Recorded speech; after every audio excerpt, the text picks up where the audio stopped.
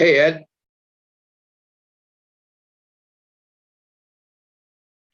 Can you speak? I can. I can speak. I don't know if people can hear. But Okay. Doug, you're able to make it. Hello. Yeah, I'm able. Jury duty didn't keep you constrained? No, I don't. I guess I'm confusing a lot of people, but no, I last night I was supposed to call at 5 p.m. to check in. And what they told me was that I could be called in that morning and be on duty for the rest of the week. So I went ahead and recorded, which you may have watched that short little video. But I wasn't called in. They said call back next Monday. Awesome. I like the video too. I like the way you presented everything. I really do. Yeah, it was just something I wrote and then performed, I suppose. Yeah, you did. You did a good job. it was good. I liked the intro myself as well. I never made it to jury duty. I always was sent home in the morning of the first day. Okay, Ed, there's a story behind that. Well, no, there isn't. It's I don't know why. I don't know why when you're just sitting there going, I think the death penalty is bullshit, and they go, well, you can go home. Yeah, that's what I thought. That's you what only I have to make thought. one remark to the person sitting next to you who looks shocked, and they go, yeah, why don't you go? Yeah. Part of the Quaker group here, and they've I know. tips and techniques of how to avoid jury duty, but I was interested in how the process actually works. Well, that's the only part about it that I was always disappointed in. I never got to kind of like see it through. How does that actually work till, they finally decide who's in the pool. At least that's how they were doing it. And when I was the last time I was called was in California. I was only called once too, as a matter of fact. Yeah. Well, I actually got to go through the process on a civil case against a domestic violence against the sheriffs, and it was really enlightening. And I feel everybody should at least one time go through it. Well, this is the thing. As much as bullshit can come out of it, it's still, I think it's good for everyone to have seen, like you just said. You need to really see it and go through it. Yeah. Takes on a whole different quality. But the other times I've been called, especially when they had a marijuana issue, I just said, no, I don't agree with it. And the judge, you can't put it aside. No, the law's stupid. She looked at me weird, and I go, you're excused. I know the limits of how neutral I can be. Hi, Mark. Mark. Hey, Mark. Hi, guys. Mark, I have a question. Is your book on Amazon yet or out in print? Because I was wanting to get it. It is. Okay. You can get it through Amazon or through Barnes and Noble, or you can get any version, ebook. The framed extra large copy right behind you've got posted. And Hey, here's some books here. Can you see my arrow? Does my arrow show up? Your arrow. My arrow. Green, we can't see it. We just see on your camera, I think. Yeah. Oh, well. Yeah, we can see that. Here's a line of books. Okay. I recommend buying a hardback, a trade paper, and an ebook. Mm-hmm. You do? Doug, did you get the hardback I sent you? Did that show up? I finished it. It's great. I finished it. I have a lot to say about it, so maybe we can talk about it before. In the cafe sometime. Yeah. Have you sold the movie rights? That'd be great. That'd be great. Yeah. I have another. Let's see. Marco knows him. Michael in New Jersey. He's halfway through it, and I think sort of going is the word apoplectic. That's a word. So anyway, it officially launched yesterday. Excellent. But it leaked out prior to that. So we'll see what happens. I'm both excited and fearful. And Marco, I have a copy for you. It's wrapped in pretty paper, sitting here for the next time we get together. Okay, good. Because you and this site are featured in it. I know.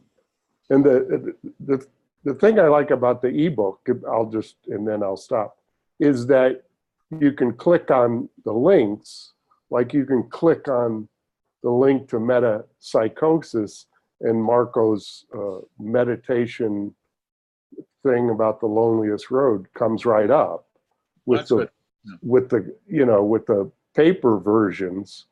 You can't do that. You have to type it into your computer to, and that's why I recommend the ebook. The ebook is only like $4 or something. Just, the hell. So, but an actual book is I think has advantages also. So. And there's a cafe coming up on the 22nd. Is that correct? Right. On one chapter, and I will post a few other relative things from other thinkers, writers, but I wanted to wait, until that week before I put anything more on there. So. Can you hear me okay, by the way? Is my mic okay? Because I was having technical issues the last few times, and I didn't get a new mic for Christmas as I thought I would. You're a little low volume, but other than that, we can hear you. That was the issue before. Yeah. Yeah. Well, I think if you just pull the mic closer. Just a little closer. I shouldn't have to. That's the problem. No, you shouldn't. All right. Well, I wanted to check in at the beginning of the cafe because we're starting a new year. Doug is going to be hosting these, but we haven't totally worked out all of our logistics. And I've been working on a bunch of things in the background, like a calendar and various kind of post-production, production processes, but haven't really communicated them or rolled them out in a kind of official capacity. So I wanted to just check in about that before we go into or the conversation and however that's going to go. There was even some confusion around that as to what exactly the topic was. And I know we're recording and everything, but maybe we should just not consider this part of the recording. And because one of the issues, and this is just specific, we can come back to it, is that when we do a recording, we end up, if there's chatter at the beginning or if somebody is just sitting there before other people join, we have to edit it. And so there's this step of splicing it, downloading it, uploading it, and so forth. I'm trying to get that part of it a lot easier because it is a time suck.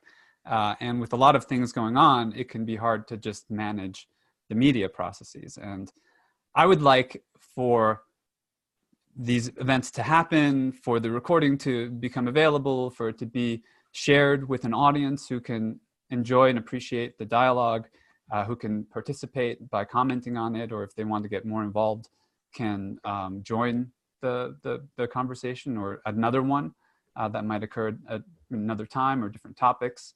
So I'm really thinking a lot about how all this works at a very pragmatic level.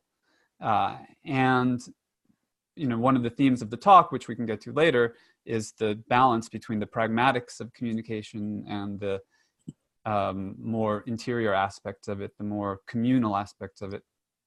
But just to put that on the table, I think since we're starting off, it'd be good to chat about that and have some some mutual understanding or some coordination around just like how it happens that a cafe is proposed, is scheduled, is produced, and then finally, is shared with a public who is able to meaningfully participate in some way. I think that was the point of it for me. And so I'm glad to see that we're moving into a new phase, but I think we need to coordinate a little bit to make sure it goes more smoothly than some of the parts of it last year went.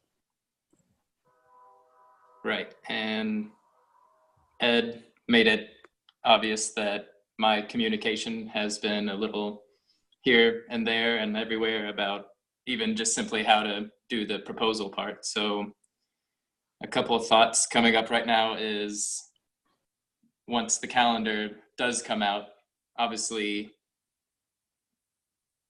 we need to decide whether it's going to be something set in stone, like Mark's Café needs to be set in stone because he's a guest, so to speak, in that sense, where he will be presenting. Perhaps he will need to be there at that specific time. If we switch it up, if we switch up a guest's time frame, then that will be troublesome. And then the example that Ed and I just went through in the post on this thread for the speaking in the air communication is that next week's Café on Bohm and Krishnamurti, I said it's sort of set in stone as a tentative calendar that I started since we're starting out the new year. And then I went back on that in a little video I posted saying, well, maybe this would be better to use Bohm's on dialogue.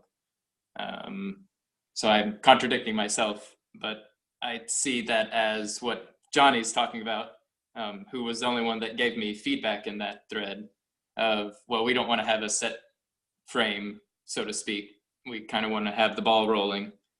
So I guess to cut to the chase, I will make clear when it will be set in stone, like a guest speaker. So that will make it easier for a calendar to place on the calendar once it's up.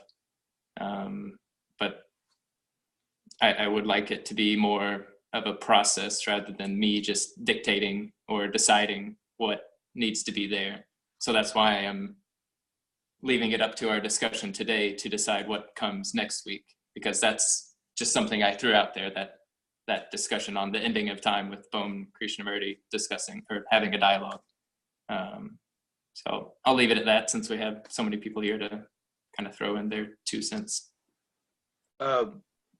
Speaking as a person that comes from a maintenance background, there sounds like there needs to be a cutoff time of what is put in where. Am I right? Like a set time when guess is, but even with the other option, there should be a decision made and put, right? Right.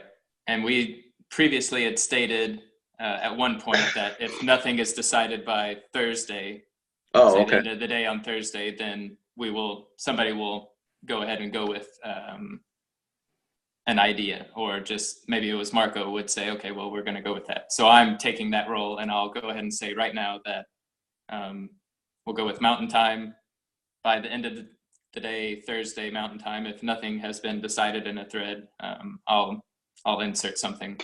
That's good to know. I like that. If that works for everybody.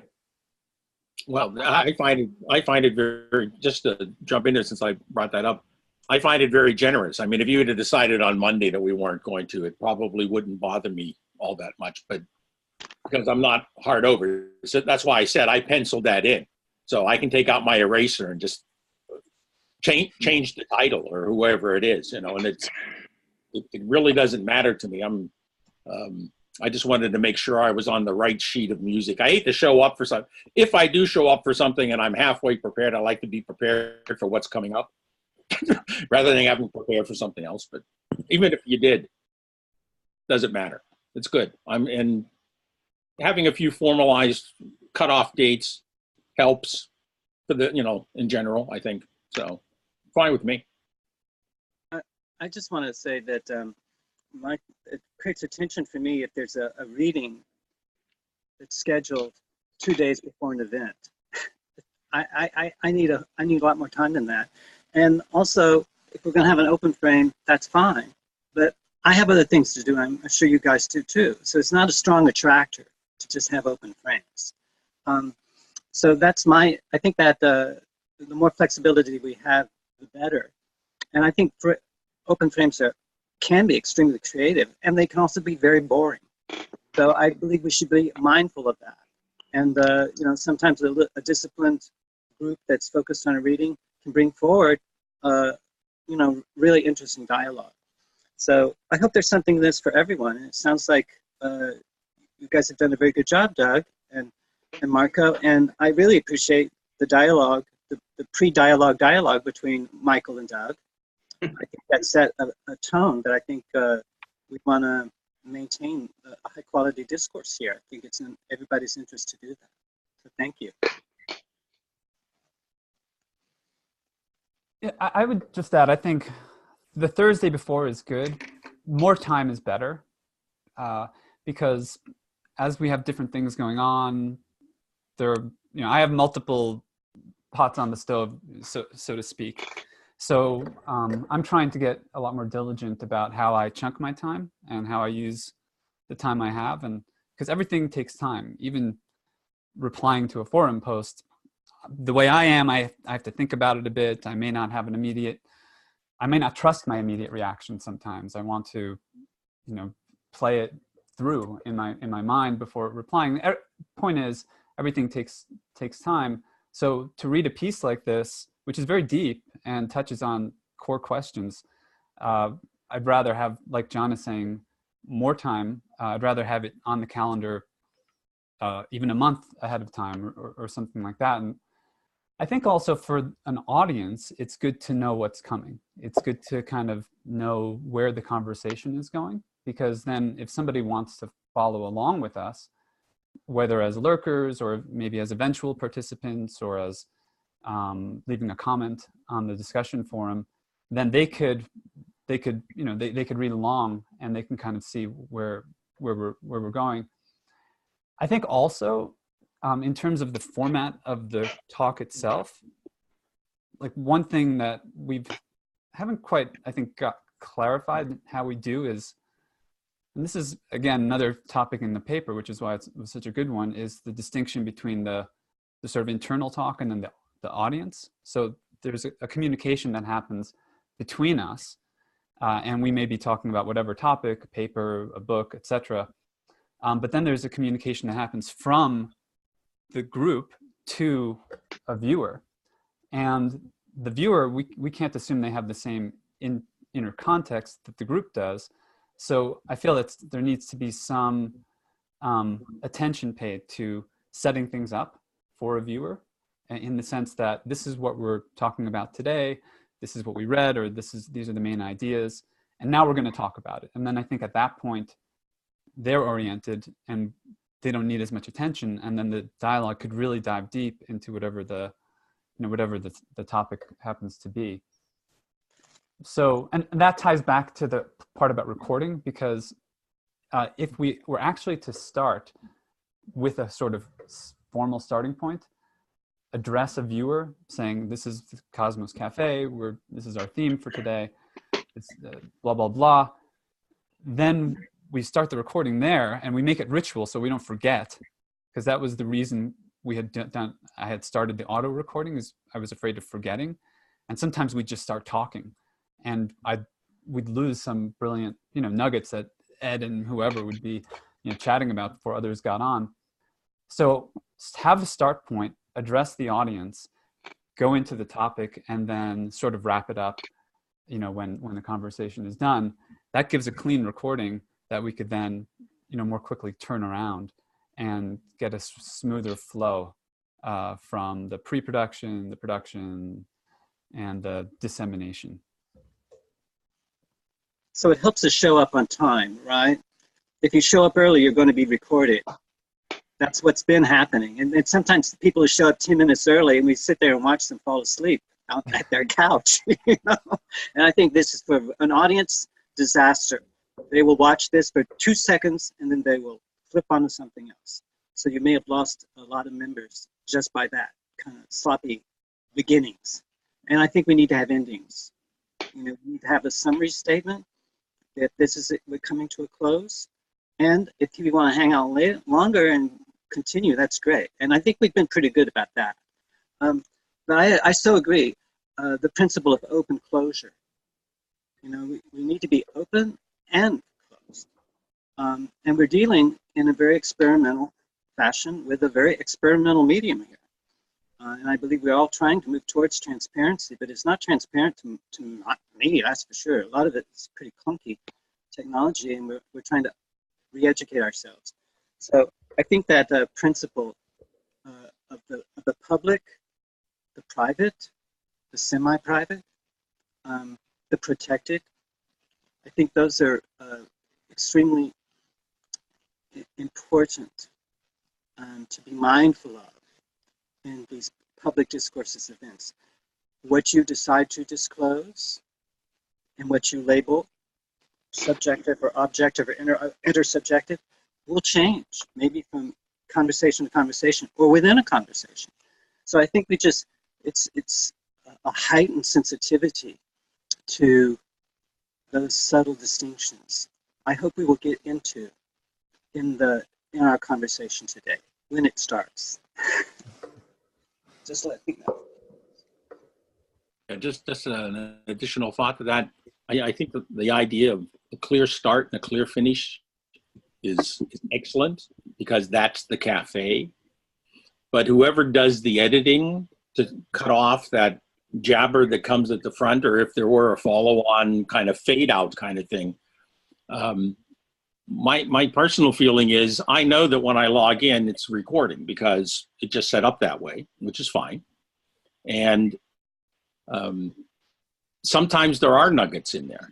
You know, I really, you know, Mark had a few things to say about his book at the beginning of this, and that is also probably a worthy marketing mechanism also for him, which I think should be available. So whoever does that editing, I hope they don't just like delete all of that stuff, because you could do kind of like microdose outtakes from cafes where little snippets come up that could very well be amusing or interesting or enlightening for other people on a short whatever, you know. So there's potential material there. It doesn't have to.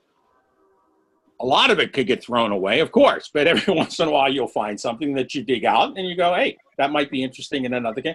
And with the permission and consent of the people involved, it could be utilized in other ways, just as a secondary expanding thought. Then. I'm sorry if I interrupt. I often do that, but it's not intended to shut anyone down. It's basically because I like to build a conversation, you know, to create some momentum. And sometimes all of you have sparked my interest. So I apologize if I interrupt others ahead of time. But I will try not to do that as much as possible. But you're triggering something in me about, you know, the idea of editing. And I may have an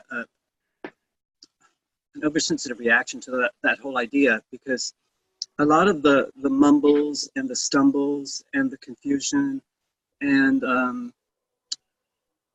you know, the dumb remarks lead to something extremely interesting.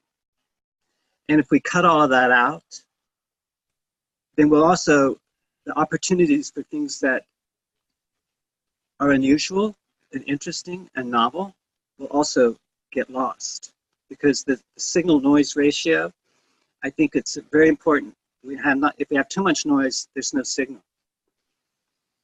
But there is no signal without noise. So it's that ratio. So I think we've had some very high quality dialogues here, and I want to maintain that. And I also think we've had some bloopers, and I think we've learned from those. So I just hope that we can continue moving towards coherence and curiosity. And I believe that at our best we are extremely curious and cooperative and collaborative. And those are the kind of qualities think that when we're at our best. But when we sometimes we have off moments, and we're very close towards chaos, and that's part of the fun, I think, of these open dialogues is the chaos, complexity, order, and how we move through those transitional zones. So thank you all. I have a question for Marco.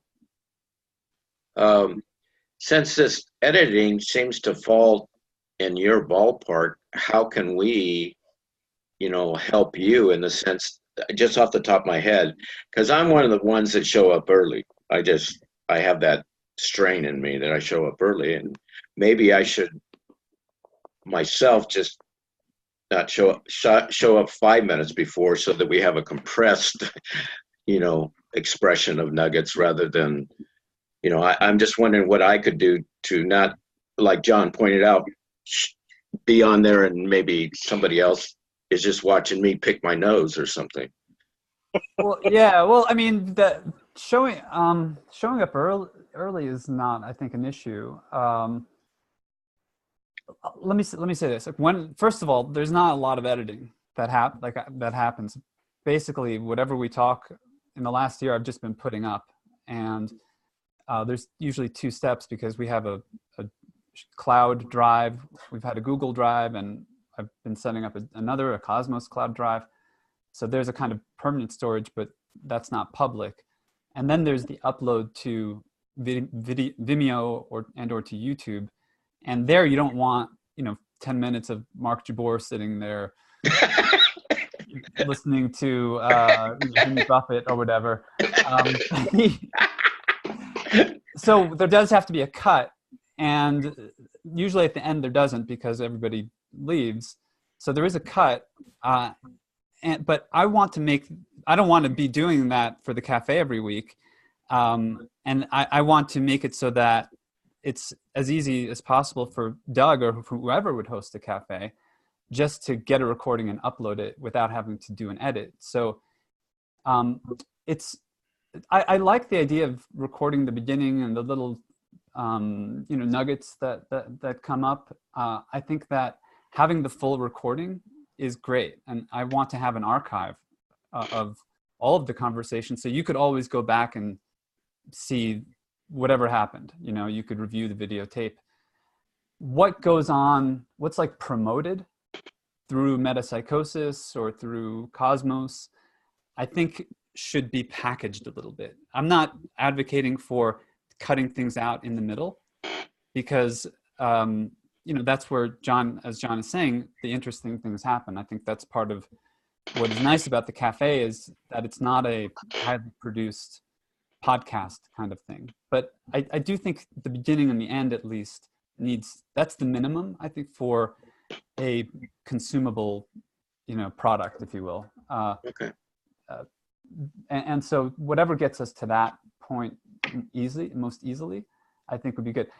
I would suggest that we have the full recording and we have that available in an archive that any member can access. And then what gets put on the website, what gets sent by email, etc., is more, is trimmed from the beginning and or from the end. Okay. I was just wondering what I could do to help, given the, because I kind of relate to your job being in maintenance of having to take care of the behind the scenes kind of thing. And one of the frustrations I always had is trying to get people to help me do my job better when they could care fucking less. As long as the elevator runs. Yeah. Yeah, exactly. We had a saying in maintenance, it's always managed by chaos. So John, that's why I'm not averse to chaos as much. I like a few minutes of chaos. I don't like. Yeah, I know. So I've got a parable. I've got a parable of 2 Zoom conversations. Yeah. So there's the cafe, which we've talked about how that works, and then the other side is the alternate realities, where from the recording perspective, I had it set up with the Zoom account to only record once I logged in as host or somebody logged in as host. And we lost the first 15, 20 minutes of discussion, which sometimes that might be okay as we were sitting there chatting about the weather, whatever it might be. But I missed those chunks.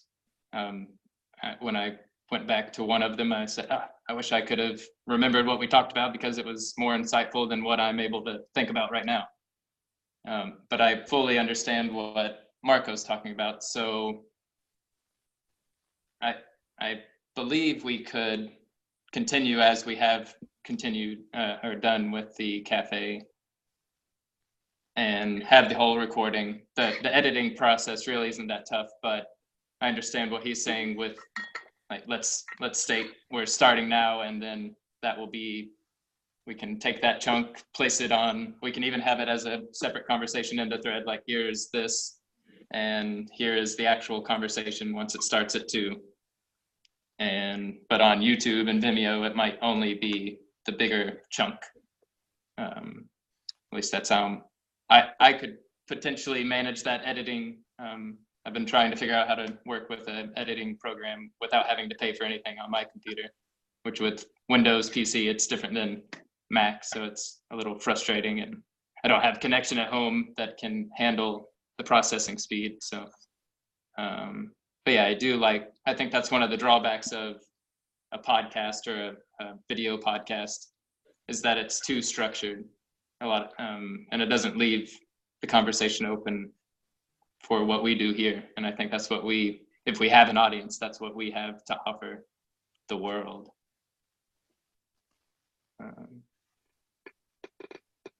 That's all I have to say about that. Yeah, that's good. So I think if there's, what I'm hearing is a decision that we are recording the cafes as we have been doing. So you can log in whenever, if you have to sit for a few minutes. It's just one cut. Whether you're cutting 5 minutes or 5 seconds, it's the same. So Doug and I think will have another conversation more about the videos, the video files, because those need to get from Zoom to a computer up into the cloud. And there's some progress on that front, actually, which we can come back to later. But what we're doing is framing a format, right? There's a conversation. It may go for an hour and a half, 2 hours. It begins at a certain time. It ends more or less after a couple of hours. And then what happens inside there is open to how you want to evolve this, Doug. I'll leave that to you and to the rest of the crew. I think having an introduction is good. I think if there's a reading, somebody introducing the reading is a good idea. But as we've done, there are many experimental modes that we could play with, and I'm gonna just step back and let that happen because I have a lot of other things I want to focus on, and I want to just let this sort of experiment bubble for a while, as long as it has a safe place in which to. And one quick disclaimer based on my participation here, I often can't make it. I try to, I'm working currently. I have a job, so that kind of puts a damper on how I participate, and I try my best to leave this schedule open, but that's not always possible. So I'll do my best to maybe pass the torch to somebody else, or I'd be a willing volunteer to be a backup for you, Doug, but if you could do a tutorial for me about how this happens so that I could, perform as you do, I'll be glad to. You wouldn't have to be part of the processing part, but there's no method to any of this right now as to how it works. So it would just be a personal take. But yeah, we can talk about that when the time comes.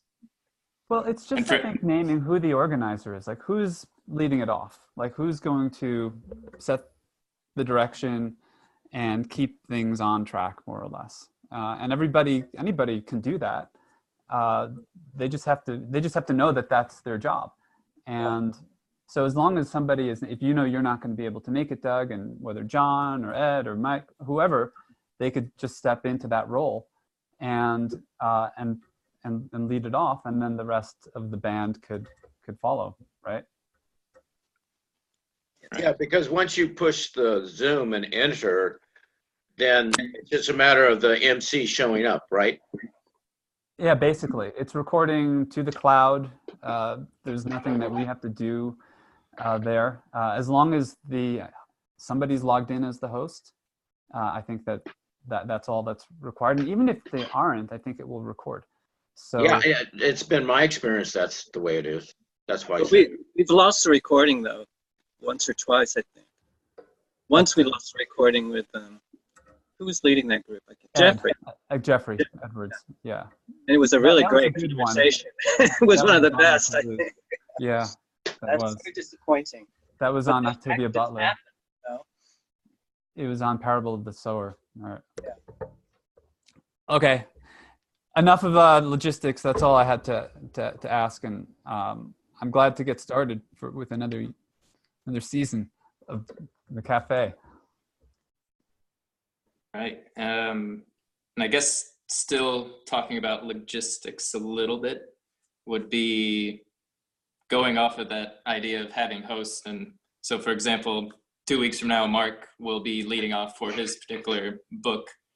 But I also imagine other people doing proposals. Right now, it's just been me, aside from Mark's proposal. And I think Eduardo proposed the Circles essay by Emerson, which he said he would like to be present for, but he doesn't want to lead.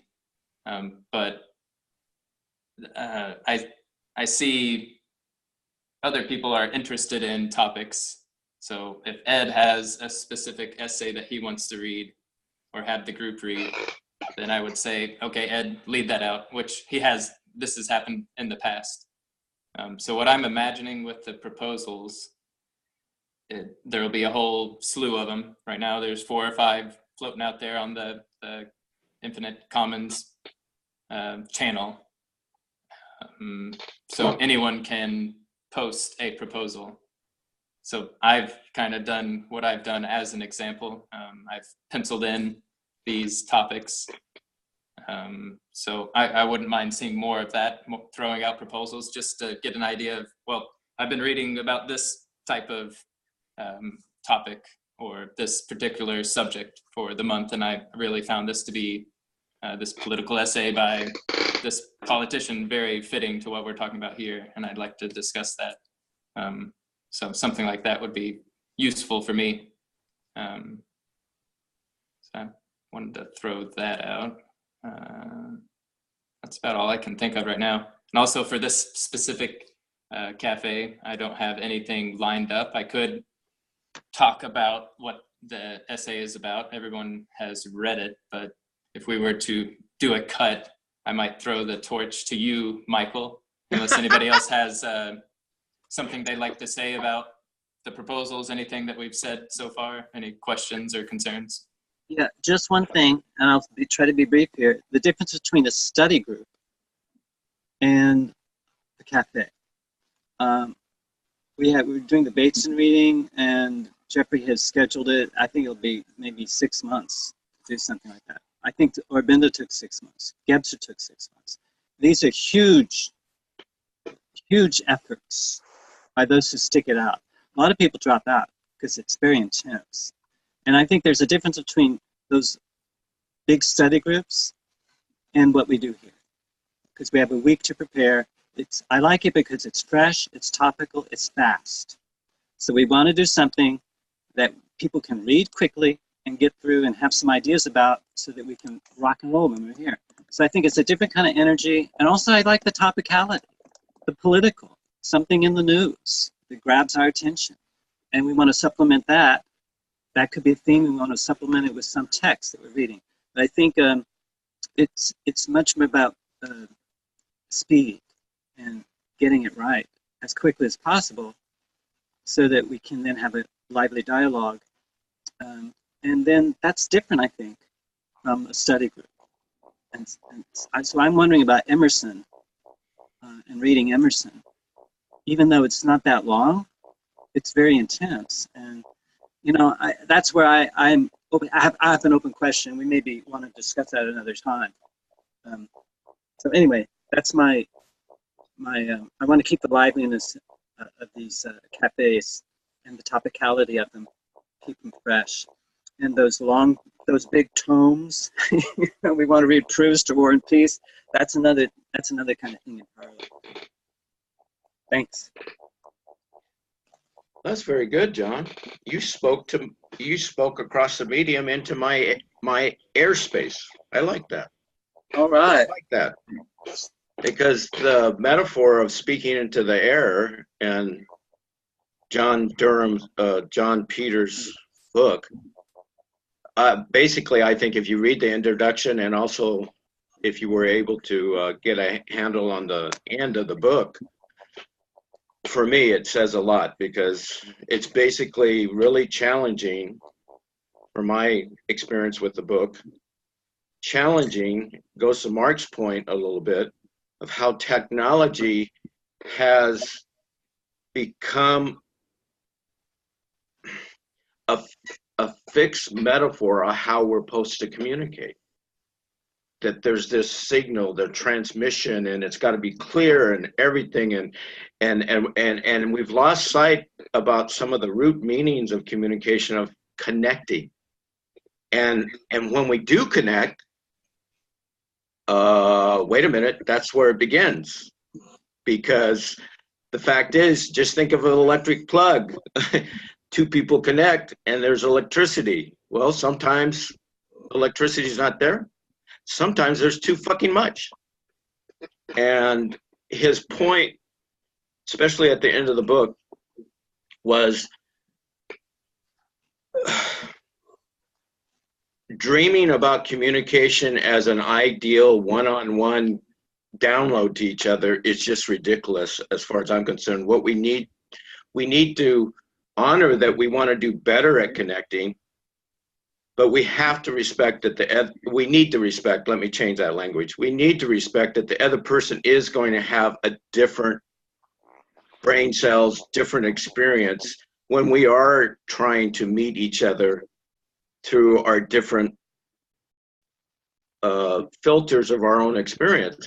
Now, I feel highly motivated that the task to do that is what he promotes, is understanding the limitations that technology metaphor has put on the act of connecting to each other.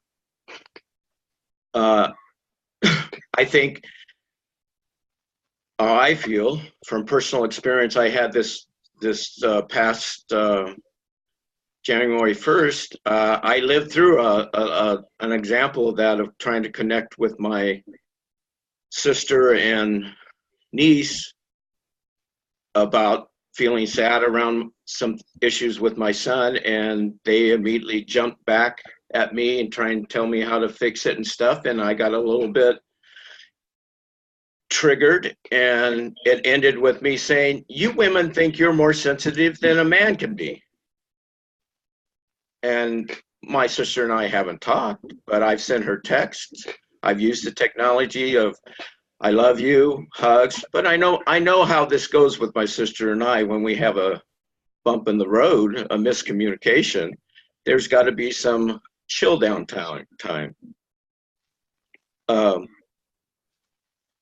I think at 65, and growing through the 60s, I've brought myself down from, I haven't lost the idealism of communicating, learning to communicate well and the value, but I've really chunked down and got more pragmatic and tried to feet on the ground too at the same time. So that's where the book inspired me. And I just want to let you guys know, that book, I was reading that book at the time I was lurking around listening to you guys. So that's my speech.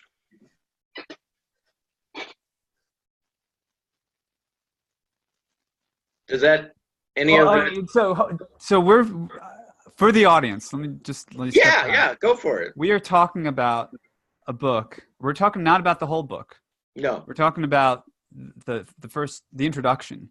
Yeah. To a book called "Speaking into the Air: A History of the Idea of Communication" by John Durham Peters. And what I read was a kind of intellectual history of this idea of communication. Right. And he presents some. Now he gives an overview of his argument. He gives an overview of the book and the point that he wants to make, and he talks about 20th century communication theory or philosophy of communication coming out of cybernetics and phenomenology and various thinkers like William James, right? Heidegger, John Dewey, Bernays, Edward Bernays, who was the nephew of Freud and the father of the modern PR, publicity, marketing, publicity, advertising industry. Mm-hmm. So he's tapping into some really interesting sources here. And the argument that he wants to make is that, and this didn't quite sit well with me, I'll just say. I don't want to kind of go into a critical mode yet. Okay. But just to report what I understood to be his argument, which would be proper, communication practice, is that there's some myth or mythos of communication, some ideal that seems to have culturally developed that has to do with this sharing of interiorities between individual selves. Yeah. And the notion that can happen.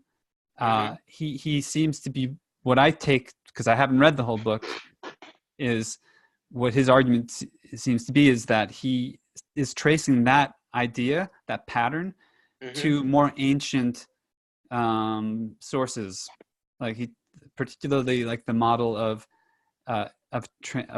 angelic communications, the religious, the spiritual, or the mythological models of communication between spirits, between the divine and the human. And I think that he's saying that all of that is being replayed in our contemporary myths about what communication does or what it can do between people. And he seems to be wanting to deconstruct that a bit. I'm curious. He gives, we can talk about the specifics in terms of the intellectual lineages that he's drawing on or describing. But I'm curious, if you don't have an ideal of communication that involves the sharing of interiorities between subjects, then what do you have? I'm not. He seems to want to debunk the sense that we can share an interiority, or that should be what we're going for. Let me just finish. And what he says at the very end of this chapter is that too often communication, in quotes, misleads us from the task of building worlds together. And then he, just prior to that, describes the hard work of connection as what it is to build worlds together. So I'm wondering how you build a world together without the dimension of shared interiority. But maybe I'm misunderstanding his argument, and you all can help flesh it out. Can I respond to that unless somebody else wants to respond? I take your point. The way. You want to respond, Mark? Go ahead. I think Ed does too. When I read the introduction, I thought of you, Marco, and I thought that you would not like it, because it's kind of counter to what I've known you now for 5 years, and you've been on almost a mission. You have this idea about connectivity between people, and more specifically between the interior, the thought process, that there's this, and I heard it called noosphere, you've called it noosphere, that there's another layer of the atmosphere, the biosphere, whatever, and then there's this theory of mind. And I call it the zoosphere, actually. Well, I was listening to a podcast between, some theoretical PhDs, and they called Chardin's concept, and it's NOO sphere, and this guy pronounced it noosphere, not like no sphere, but a noosphere. From the Greek word nous, from the Greek word nous, that's the idea, a sphere of the mind. And anyway, so when I was reading this, I thought, yeah, Marco's not going to like this, because you seem to be of the mind that people can, that there is a shared mental thing going on, and that we can tap into it. And this has been kind of an experiment. Some of the, not necessarily the cafe, but when you guys were doing, you'd come on and you'd all meditate, and talk about some boring shit to watch. But it's different if you're in a shared space. Like, I've been to seminars and retreats, and where you get people in a room together, and here's where music comes in, and communication. I think music comes closest to people sharing a state of mind, if you will. Like I don't know, a few weeks ago, Garth Brooks did this big concert at Notre Dame Stadium. There were like 100,000 people, and they were all of a like mind to begin with. And then everybody knew the words to the music, and that, if you've been to those rock concerts, it's a lot like that. But you need the music. Everybody knows the words, and you get this energy that's like incredible. And I think that's the attraction, part of the attraction to those big, huge, specifically rock concerts. I don't know. Go ahead, Michael. No, I'm sorry, but I'm gonna take the opportunity.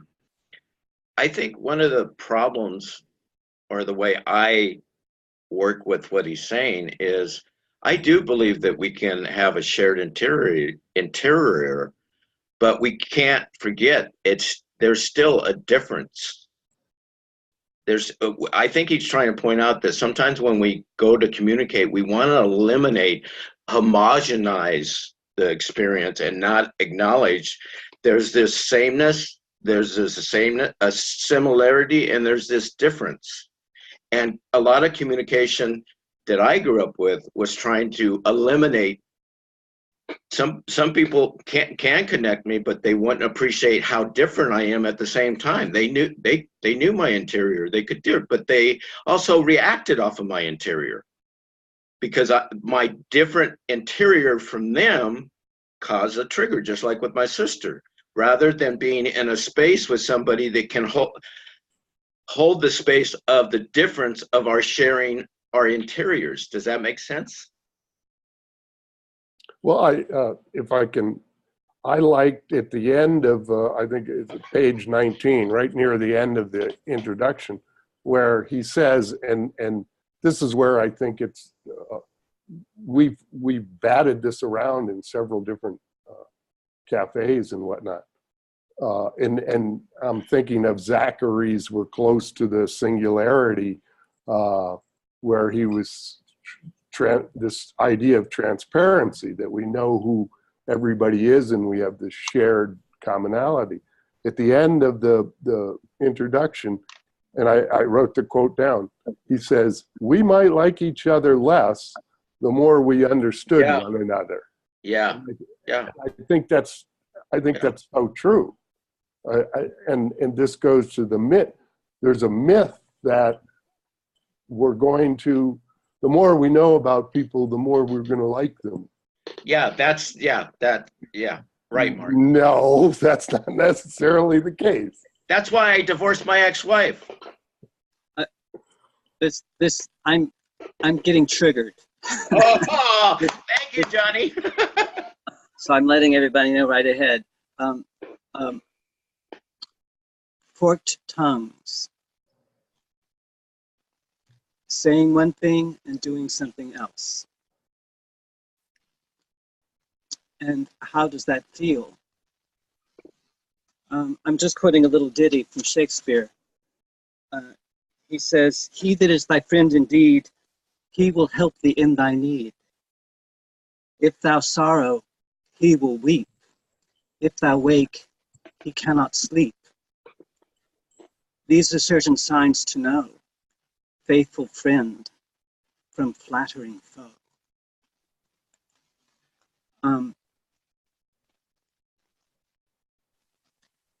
And we're talking about interiors, sharing interiors, culture, nature, communication, algorithms, virtual bodies, subtle bodies, physical bodies. I believe this is very complex, and double messages. And I think we all speak with forked tongues. We could not survive if we were not able to do so.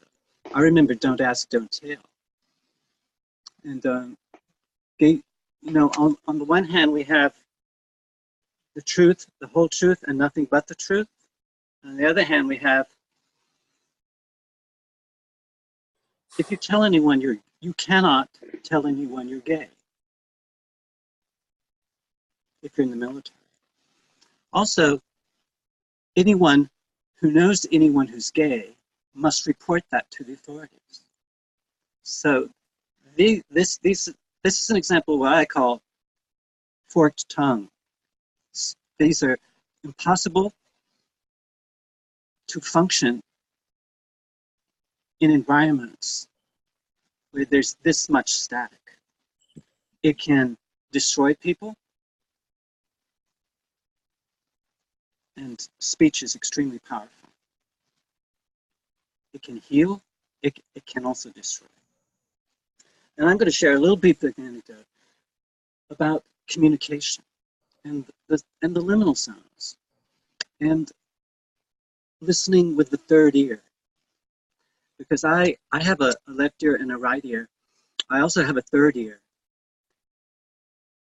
My third ear is located close to the ground. I anticipate with my third ear what's going to happen next. My third ear pays attention to sound rather than words, to kinesthetics, to the feeling, and to the visual, the verbal and the nonverbal. But the nonverbal is much more important than what is said. And I would not have survived if I were not very good at this. Now, I had my little brother, and I shared a room when we were children. And I remember I was about 12 years old, and he was really small, maybe 4. Wait a minute, I was 12. I'm 8 years older. He was about 4 maybe. He had a nightmare. And I comforted him. I remember his head was on my shoulder, and he was telling me his nightmare. He said, I was in the nightmare. He said, our mother was standing. She was behind a door. She was looking through a window. So he could see her head peering at me through the window. I was on my knees, and I had a bucket, and I was taking nails out of my tongue and putting them in the bucket. And my little brother woke up screaming. I'm sorry, but this really gets to me. Because there was a communication there. And it was his dream. He was dreaming it for me. So we all carry a lot of trauma around being scapegoated and being thrown out of groups so that the group could unify itself. And now we live in a world where hate speech is increasingly becoming the norm rather than the exception. We've had some splendid examples of persons who have been able to transcend this kind of hate speech. I'm not very good at it, to tell you the truth, because I get very triggered and I beat the shit out of anybody I can who I think is using language to shut other people down. And I think that's my limitation, because I think it's a great danger to demonize demonizers. And how can I stay out of drama and maintain some sort of connection to that, to the vagus nerve? That's really what it is. I've had conversations with Michael about this. Our bodies, we can retrain our bodies so that we don't get re-traumatized and reproduce trauma. And that we can then anticipate faithful friends. And we can detect flattering foe in ways that can help us to restabilize our groups, rather than our group life becoming fragmented. And I don't really, our Congress, I would give both Democrats and Republicans a D-. Maybe the Republicans get an F right now. But I think we can't look to the Congress or the President of the United States to lead us. Okay, we're going to have to do this on our own, and we're going to have to find the groups that we can resonate with, and we need to be hyper alert, I would say. If we get mixed messages, is there a way that we can, and we all are going to give and receive mixed messages. The more adept we become at, okay, I hear what you say, but the tone in which you're delivering this makes me feel like there's contempt rather than curiosity about my response. And this was something that happened between Ed and I, and in this very, very group. I pointed out, this is the tone of your voice, and that's what I'm responding to, not what you're saying. And Ed graciously apologized. He picked up my message, and he responded, I thought, in a beautiful way. And I just spoke about my hyper, perhaps, sensitivity about this kind of thing. Later on in the week, I got something online in a back and forth from someone that I thought had crossed over into what I call pathological communication. It was doublespeak, real sly and really slimy and very snarky. And I told him to get away from me. And I flagged it. I flagged the post as inappropriate. I told him it was inappropriate, and I wanted him to stay away. I didn't want to poison my communication with others, but that already happened. When I flagged it, I got a response. I got one response when I complained to be quiet, to be silent. I got another response, a mindful one from Marco, that this policy, there's no policy for this. We don't know. And he asked me, what's appropriate? What's inappropriate? What would you like to have happen? He asked me that question. I think that's a very beautiful and very deep question. I hope I can create conditions for a future people who are more fit than we are.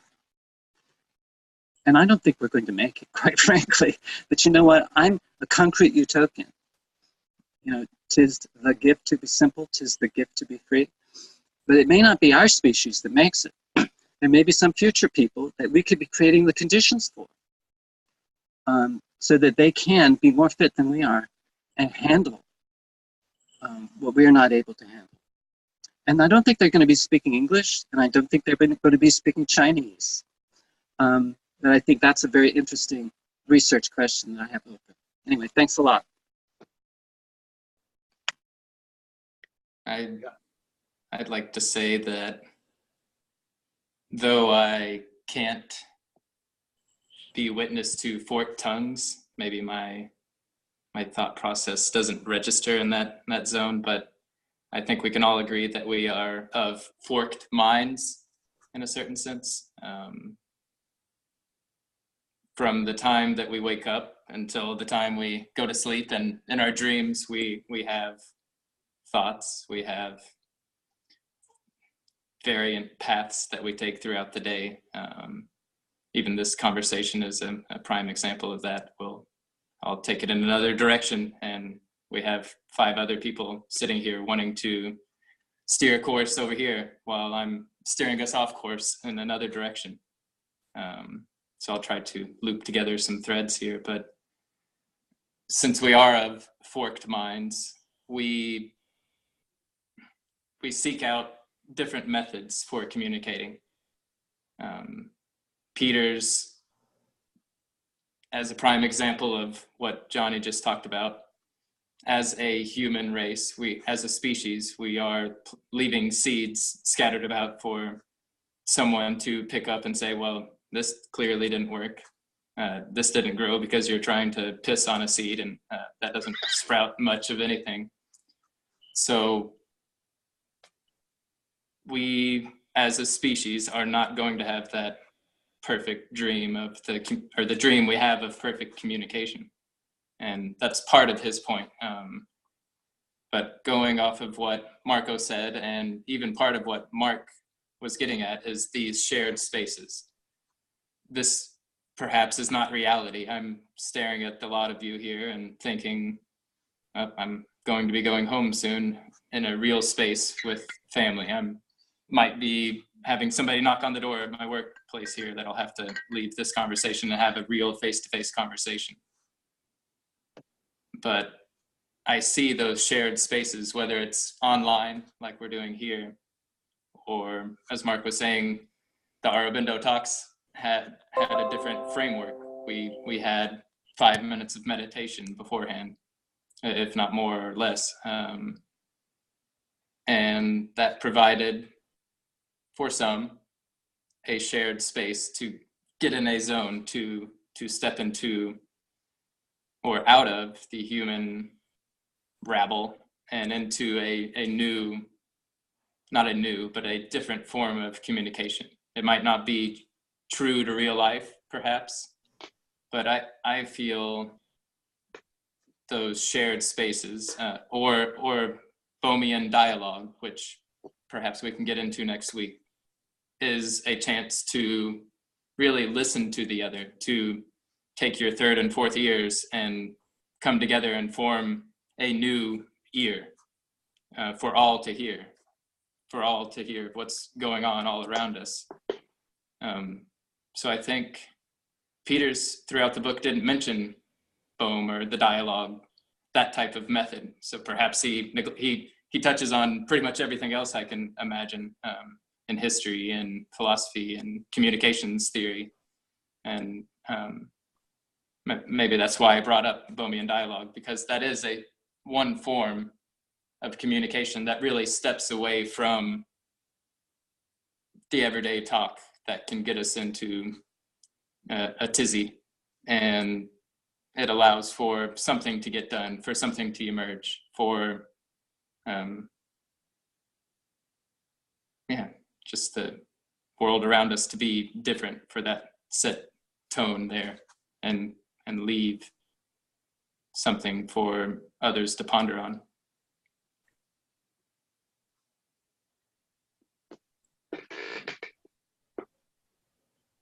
Ed, you were going to say something?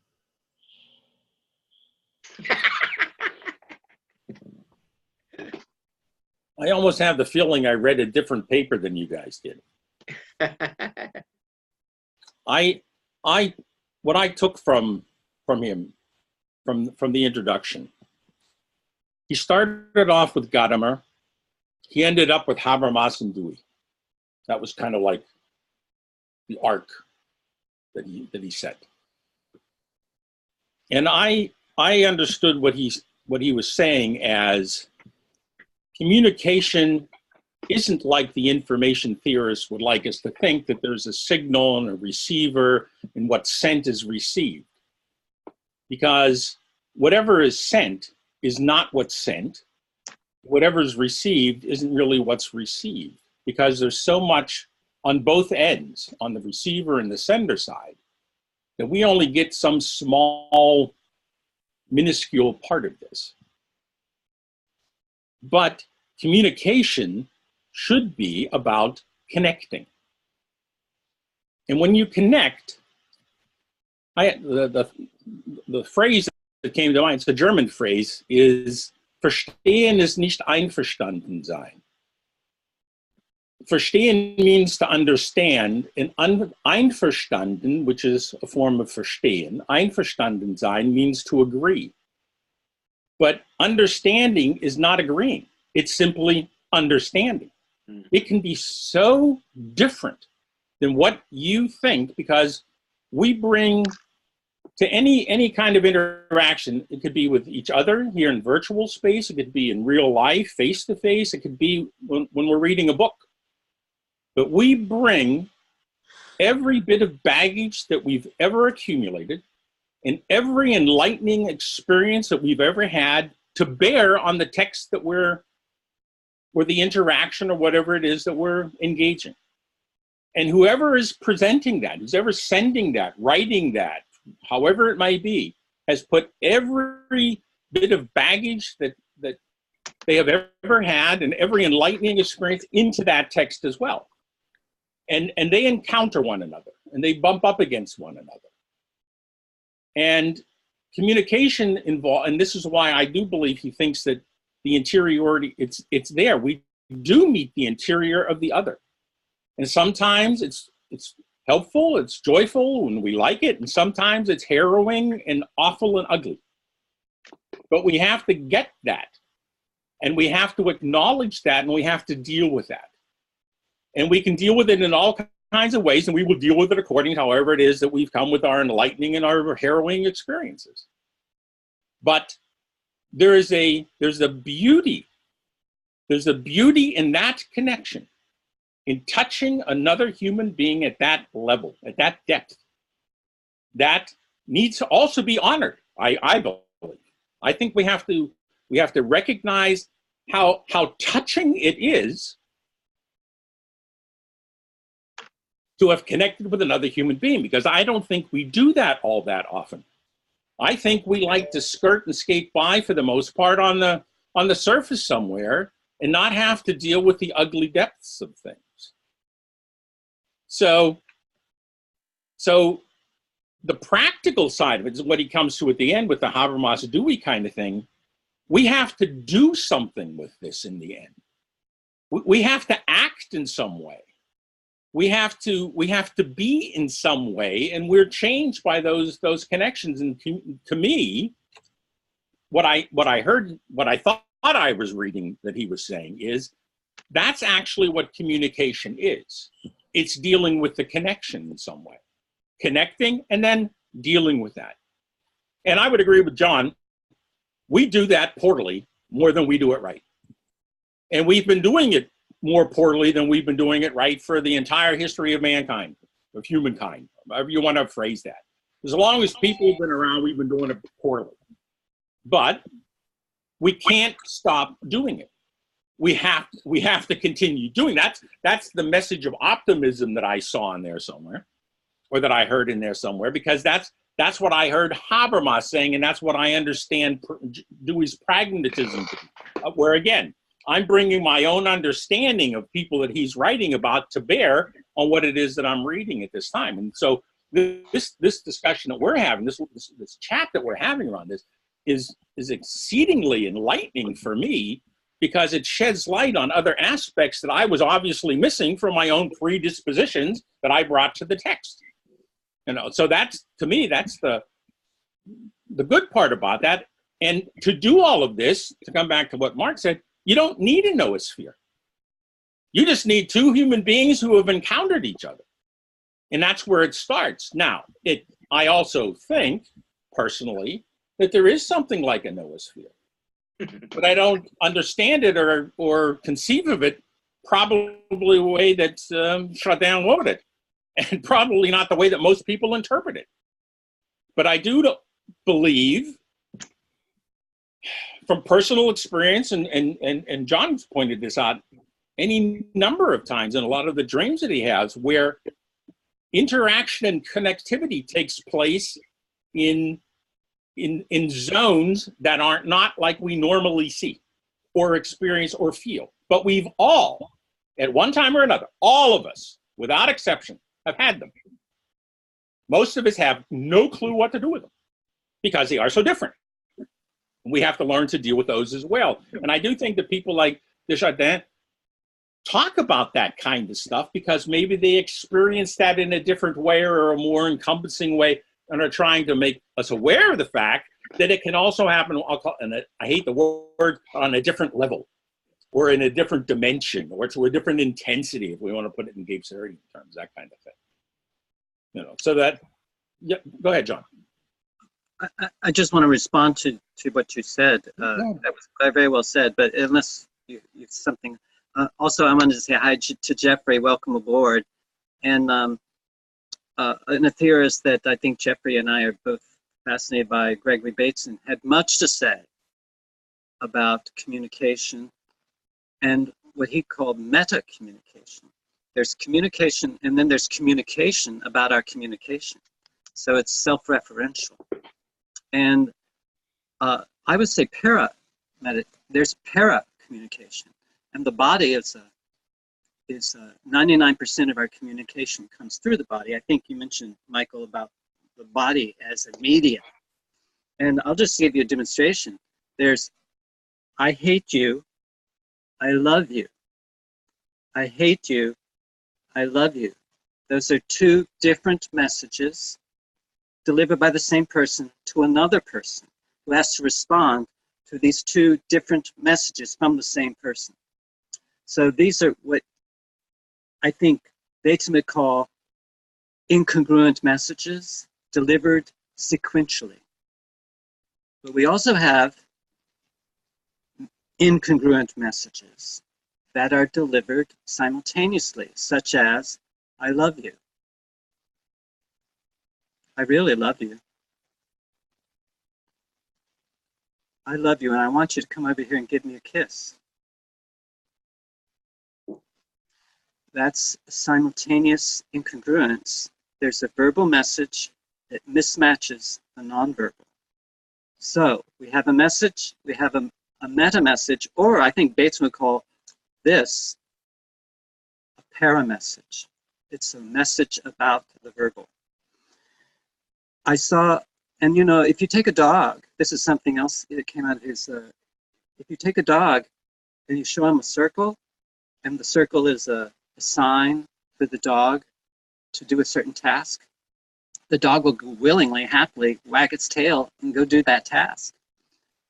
But if you start to turn the circle, which is a clear sign or signal or message, if it turns into a oval or an ellipse, the dog will go, and if you persist in giving him that sign, that going from a circle, which is a clear, unambiguous message, to something that is ambiguous, the dog will go, and he'll start spinning in circles.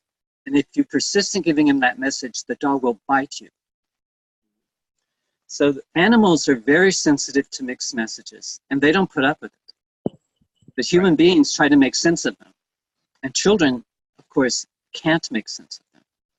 So I think that's brilliant research, and I'm really looking forward to our conversations about Bateson's work. And one other thing, another anecdote, I looked out my window. I live in Manhattan. I looked out my window. I heard a cacophony of birds shrieking, which is very unusual.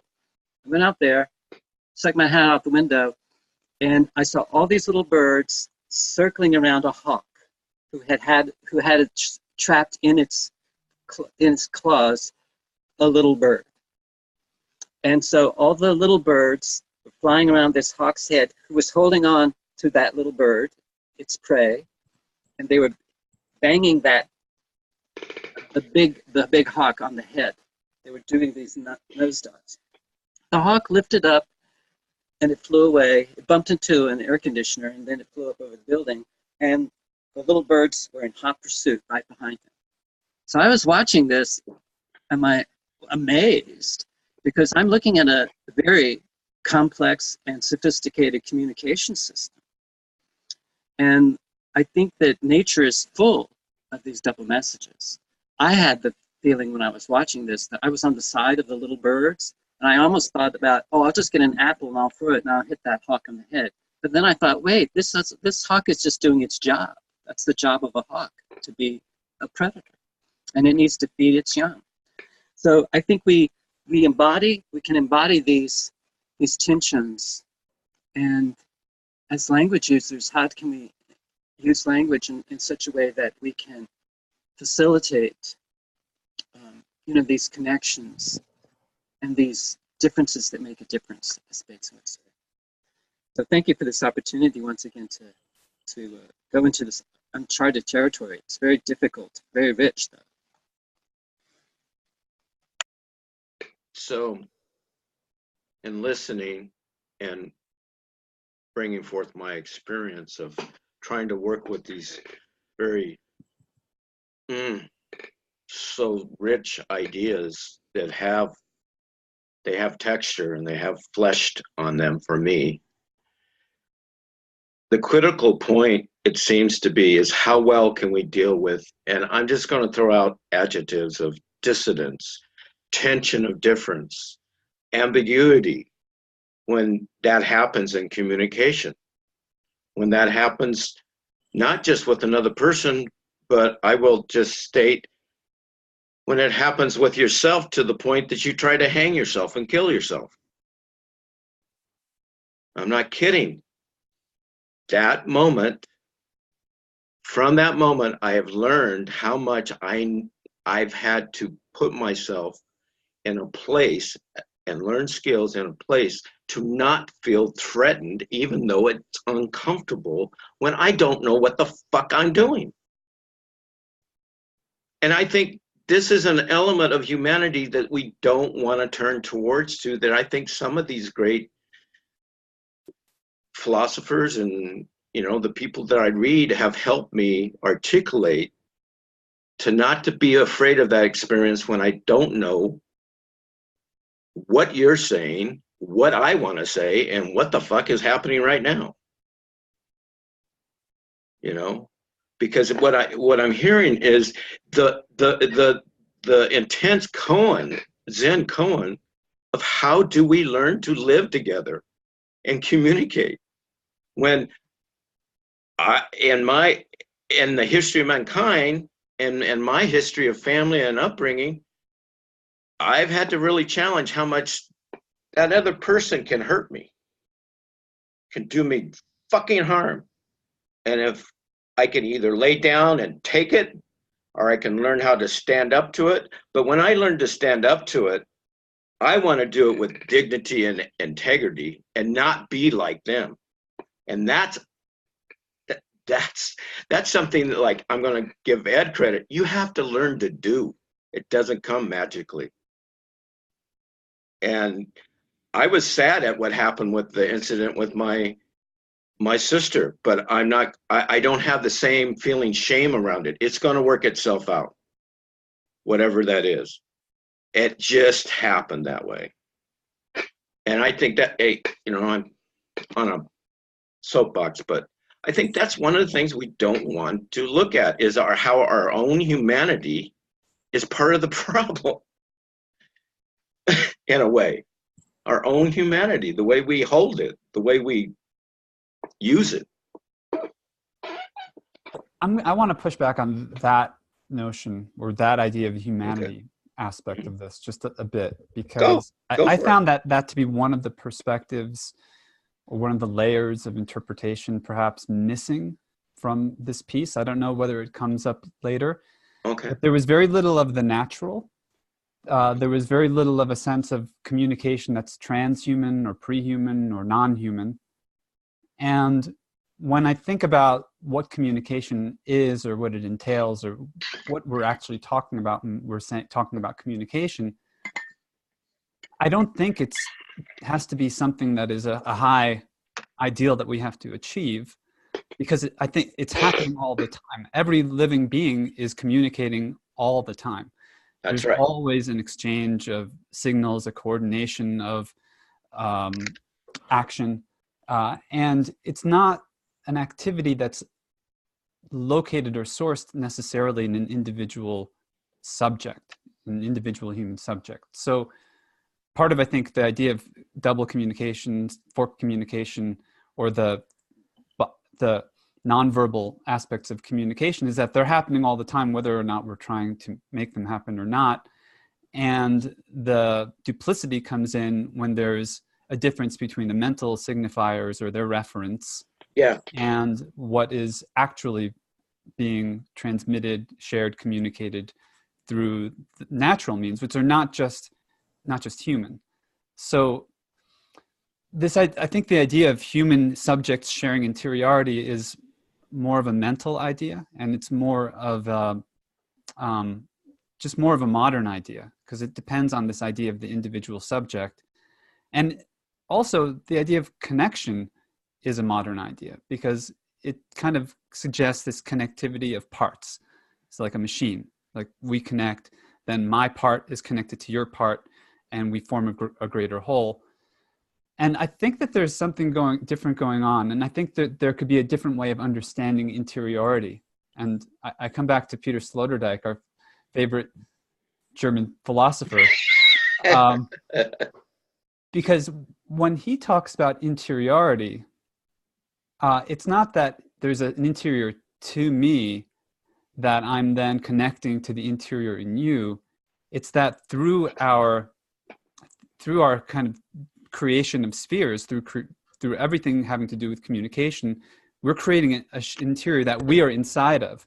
So the national entity, let's say the United States or Canada and Germany, any country, creates there's not just an interior inside of the borders, but there's a cultural interior, which is mediated or disseminated, promulgated, sustained, enacted through the communications that happen at many levels between all the different actors in that interior.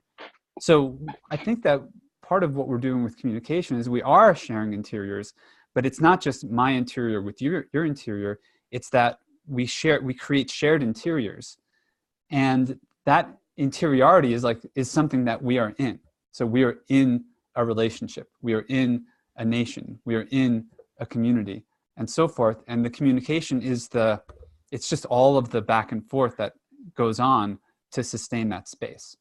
That would be my kind of counter theory, or what I think is missing. And I think that that's more of a natural process than just a human one, occurring between modern subjects who. Well, thank you for that, Marco, because I think I will take your point that that's missing from it. I can see that now. I can see that. A question: how is that different from the intersubjective, or the first person, second person, third person? We can internalize a third person, and we can share that intersubjectively.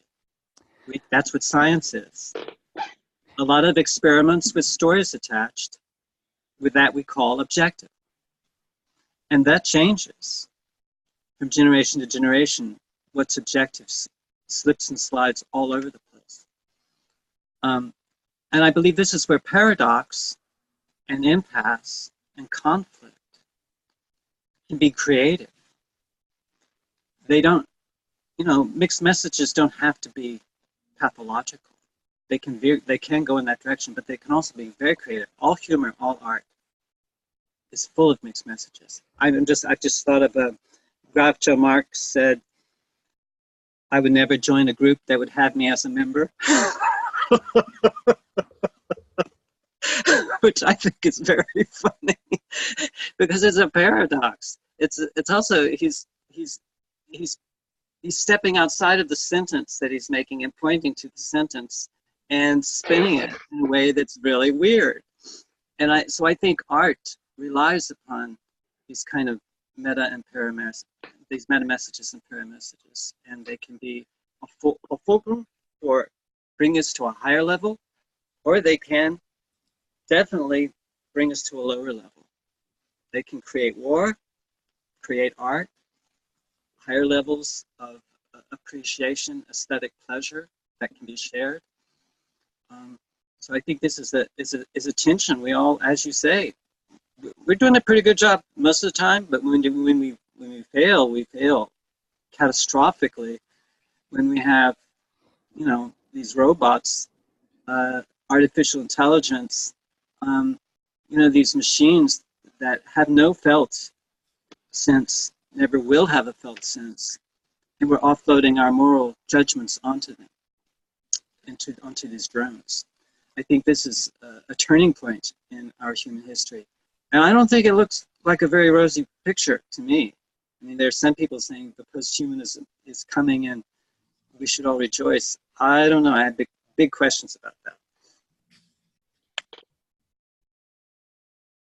If I might say something besides hi. I haven't actually read through the text. I just scanned it really quickly. I decided either I take the time to read it properly and then I won't have time to be on the call, or I go on the call and skip the deep reading. It seems to me, I would argue along the lines of what John is saying, that all messages are mixed. All human communicated messages are by nature mixed. The only channel which has this idea that you can have a coherent message in a very single direction is the verbal channel. But the verbal channel is a relatively minor channel in the collection of communication channels between human beings. Jeff Beatty argued in his book on nonverbal communication that we developed verbal communication in order to keep the hands and the body free to continue with its normal communication that is implicit in the background. And that's why verbal communication has developed as a verbal form rather than a gestural form or something else, because the gestural form ties up the hands, and hands are necessary to do the other communication. And communication is interesting because it's not extremely well understood, even today, by scientists. There's a massive amount of work going into this, but we're still a long way from really understanding what's going on. I work it's an area where I work with in collaboration with other researchers. So I think we've talked about this, the fact that, for instance, as we're looking at each other around these screens, there are small things that we do. So people we like or we're sympathetic towards, we will adopt a similar position. We will mirror them. And this mirroring is part of this conversation that's going on without and in groups, people synchronize together. And so you get these synchronicity effects, you get posture effects, you get, so people call this body language, but body language is in a kind of misnomer because it suggests something coherent is going on. It's not coherent in the same sense that verbal language is coherent or can be coherent. It's always, what it's doing is representing the complexities of, as Marco talked about, our interior spaces out to the world. And the complexities of those interior spaces aren't coherent. But just to respond to that, deaf people, deaf mutes, there are different kinds of languages. None of them verbal. They have a language, and a language. When deaf people get together, languages and creoles and pidgins, they all emerge.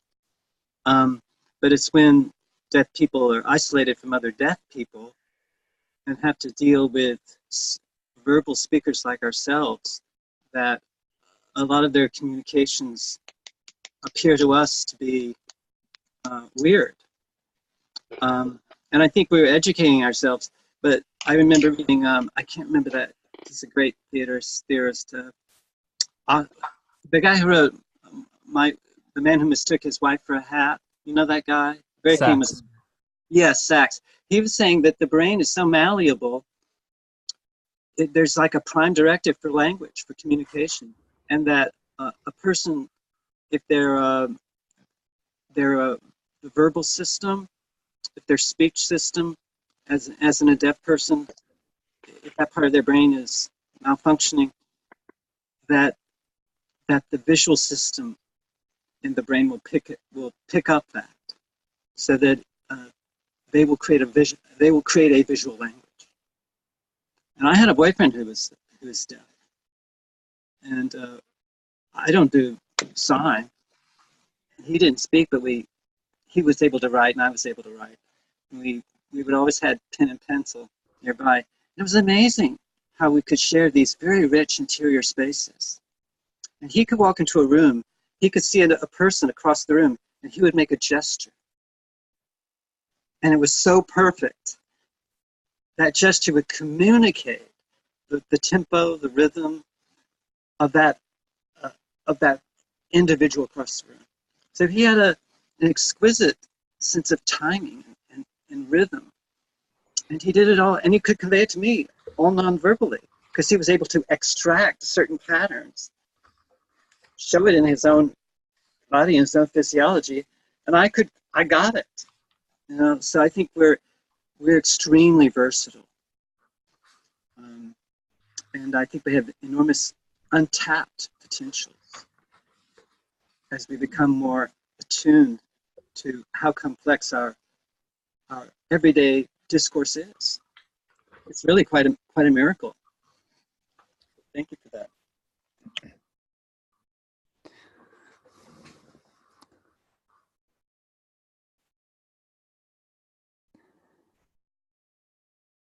I'll go. Well, good. I thought you were I getting want to give ready. you a chance. That's all. I want to make sure we all have a chance to be heard. I thought you were getting ready, so I was Well, we waiting. don't have the signaling right on the virtual. I mean, we would have a better sense of who's going to jump in. I'm glad Jeffrey's here, because I want to make this point, and it goes back to his paper on education. When Jeffrey was making the point, as is Peters, both of you have said that the system that is in place has failed.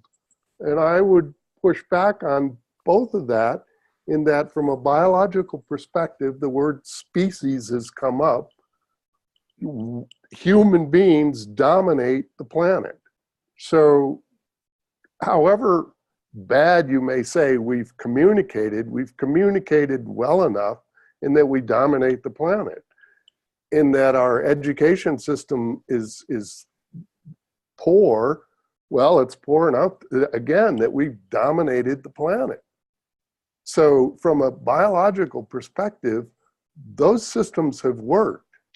They may not, in the paper that's the link that's on with my book from the biologist, the wildlife biologist, she makes that point that biology, nature, and this goes sort of to what you were getting at, Marco, doesn't care about individuals. It cares about populations.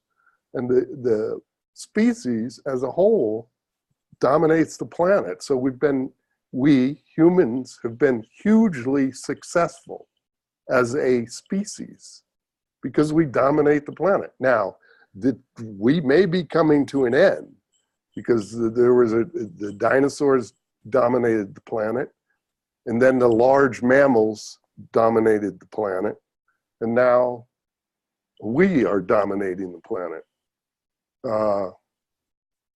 And so it may come to an end if you know.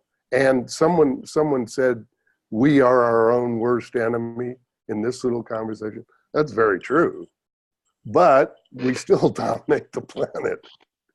And let's see, it's another point. Yeah, the language as communication, from a biological perspective, from an evolutionary perspective, we look at things through function. What function does this verbal communication perform? And I would say, and I think Peters misses this. This goes back to what Marco was saying about the natural, the function of being able to speak replaces tooth and claw. In other words, the way I see it, its function is to negotiate a nonviolent agreement. And in doing that, we've dominated the planet. And it's not about truth, it's about coming to an agreement so that we don't kill each other. And we kill each other a lot, but overall, there's genocide, there's all this crazy stuff. But we still dominate the planet. We can go almost anywhere and live. There's a few places in the jungle, Antarctica, we can't live at 14,000 feet without oxygen. So, but, you know, other than like, I don't know, ants, bacteria, we rule.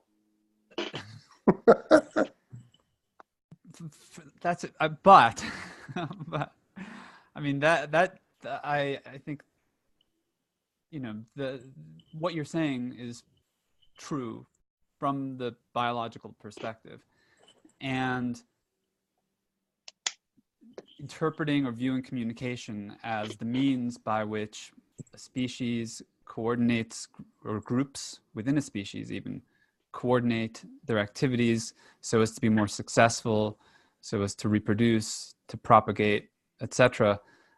I think that that's one part of it, but this is also a very narrow slice of the whole cosmic evolutionary spectrum.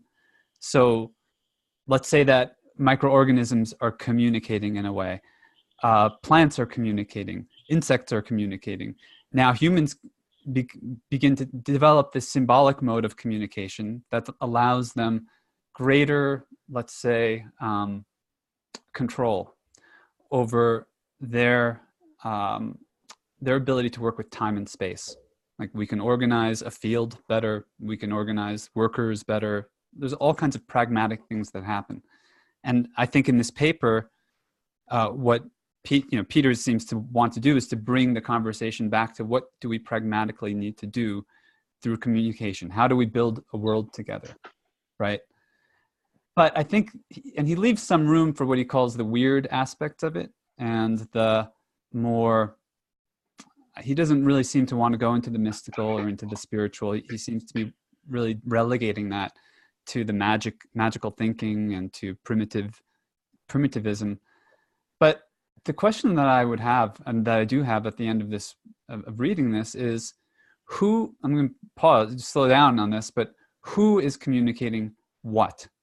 And what is the communication about? So yeah, a species can be very successful, but what does it mean? And you know, when somebody says something to me, they may be communicating something about themselves to me, but there may be another kind of communication happening at another level that has different meaning, that has nothing to do specifically with what that individual is saying. I get a message about my life, or about a project, or about some aspect of reality. I get a message that comes not from an individual communication, but from like a gestalt or from a constellation of things. So there's a different kind of communication that I think is happening.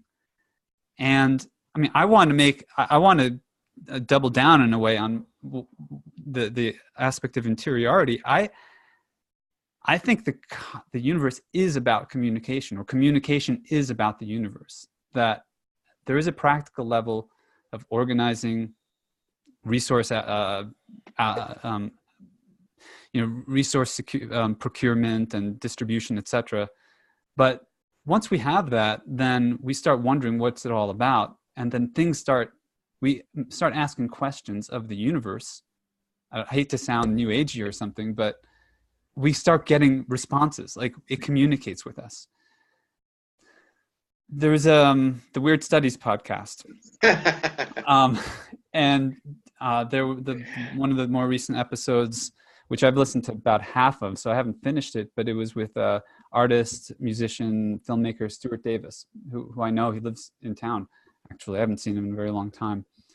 But he tells the story of a communication that he was receiving, which he has not been able, it has been very generative. It's turned into a film project, other manifestations in his life, but it seems to be coming through these very weird symbolic means involving potentially extraterrestrials, a praying mantis, insects, these apparitions that are occurring not just to him, but to the people in his life, his family, his coworkers, etc. So that to me seems on the far side of the pragmatics, that there's something going on, something being communicated, something being transmitted that's not just between humans or not just between animals, but between worlds. And I don't want to use that to bypass the very important pragmatic dimensions of just co-building a regular non-weird world together that doesn't involve genocide and things like that. But I think that's the part that I think is more interesting in a way, because the cybernetics is fairly, it's complex, but it's not in principle unknowable or something. Like we can figure out cybernetically how to manage things, but when it comes to these communications about what is our life about and what are we supposed to do with this being, then that's another game. Can I respond to that? Thank you, Mark, for bringing up that weird podcast. I listened to it with great fascination, because it triggered a synchronistic event, actually, because I'd had a dream a day before about the very content of what they were sharing. And so that triggered something. And I also have had messages from what I would consider the non-human. I think this happens every day. If you've ever had a cat sit in your lap and start to purr, that's a communication from a non-human. But there are also interior spaces that I think Stuart Davis was trying to describe with entities, and Phil Ford also, and our friend JF, who many of us know from previous conversations. They talked about in meditative states, altered states of consciousness, contacting entities, other intelligences.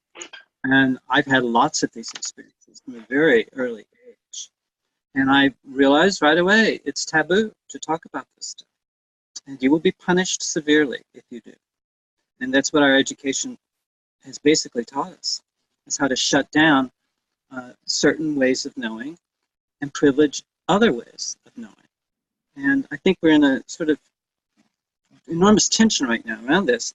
I just wanted to say one thing about dominance and the species as dominant, and neoliberal theories, how they borrow from Darwinian biology to, basically make the claim this is the best of all possible worlds. I think that's a tricky biological philosophy, how culture and biology, you can't collapse culture into biology. There's a relationship certainly between biology and culture, but it's very dangerous when we try to reduce culture to biology and reduce biology to physics. And that's what first level cybernetics tried to do, was try to make this human communication a physics problem. That's where our fascination with algorithms comes from. But there's another level of cybernetics that is emerging, I think that Bateson was the pioneer of, where we started to realize it's not just about an observer observing out there a system, but that second level cybernetics appreciates that every observation is made by someone, every observation is made to someone.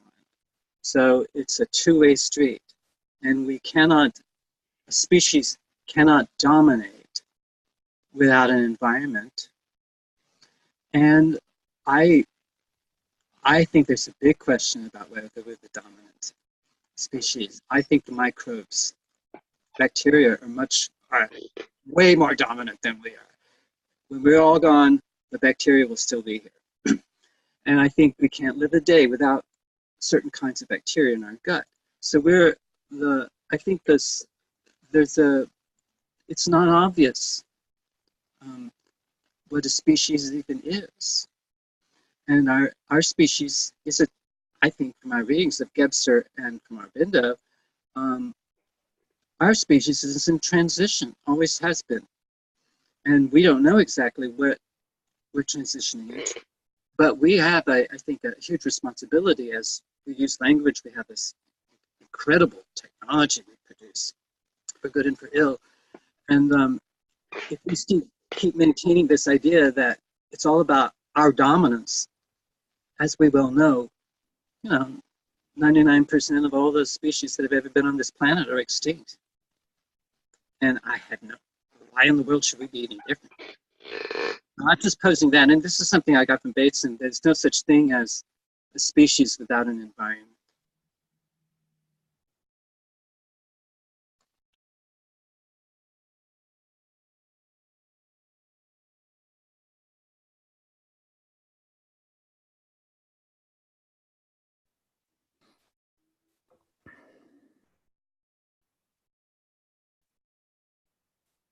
A lot that could be said, but I'm focusing right now on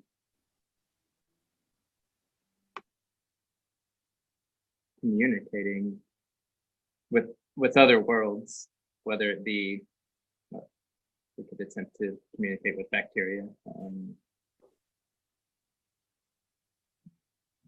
There's the SETI, SETI, that attempts to communicate with alien life forms, different than maybe what you see in Independence Day and movies where we're battling the gray people.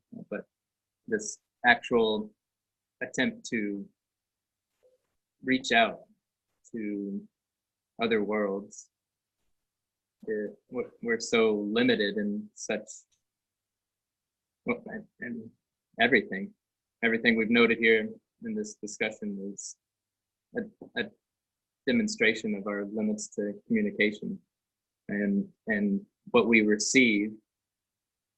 We can go back in history to the religious aspect and receiving revelations, and so whose revelation gets heard? Perhaps the introverted little girl heard something that would have saved the earth 4,000 years ago and perfected the species, but nobody's listening to her because this Jesus fellow started spouting out parables and whatever else it might be. But so and then people have received ideas, revelations throughout the centuries, but there's one thing we have going for us, is that constant search for something else, something that a lot of us want better communication. And what we seem to be revolving around here, and perhaps Peter's is as well, is using what we have right in front of us. He does go into referencing Bateson. Dolphins is one of his key figures in nature that we have no idea how to jump into the world of the dolphin, but they seem to be doing just fine and communicating and playing as we wish we could play in our projections of leisure society, and a not necessarily perfected society, but one in which we can live in some sort of harmony. And I don't know where I'm going with any of this, but I just wanted to say that.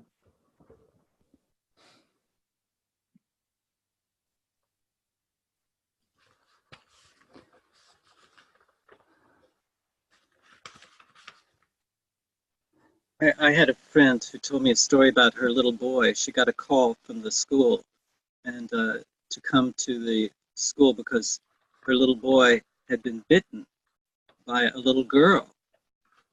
And the little girl and this little boy, her son, were good friends. And there was a real upset. And she got to the school and the little girl was crying.